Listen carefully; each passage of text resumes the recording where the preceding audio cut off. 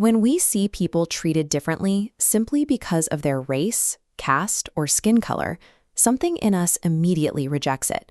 This specific type of discrimination violates our internal sense of equality. That sense comes from a shared humanity. It is the belief that every person, by virtue of being human, is entitled to the same baseline of respect and care. Yet, respecting everyone equally does not always mean treating everyone the same. In fact, a rigid adherence to identical treatment can often be impractical. Most societies rely on a complex division of labor to function. Different roles require different responsibilities, which naturally leads to different levels of social importance and reward. We grant a prime minister or a commanding army general specific status and privileges that the average citizen doesn't have. We generally accept these distinctions because they serve a logistical purpose, and they only become a problem if that status is used to exploit others. The challenge for a just society isn't to eliminate every difference in treatment, but to identify which distinctions are necessary and which ones are used to destroy human dignity. Political theory identifies two types of inequality. First are natural inequalities, innate differences in capabilities, talents, and personal choices. People have different aspirations and reach different types of success. One might spend a lifetime mastering an instrument, another finds fulfillment in a laboratory. As long as each person can develop the potential hidden within them, the ideal of equality remains intact. Pursuing equality does not require the total eradication of human differences. It is not a project to make everyone identical. It simply means that our opportunities in life should be shaped by our own efforts and talents, rather than being predetermined by the social circumstances of our birth. The second type is socially generated inequality.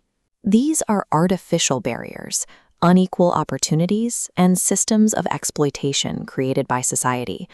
This happens when people are treated differently based on arbitrary markers like religion, race, caste, or gender, factors unrelated to their actual ability. We see this reflected in how society values different kinds of work.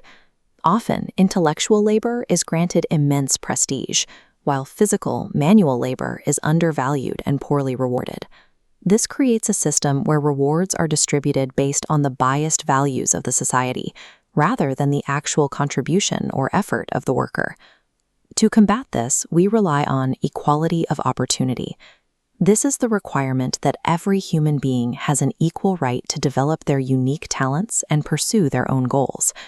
Societies fracture when arbitrary differences are weaponized to protect the advantages of one group over another.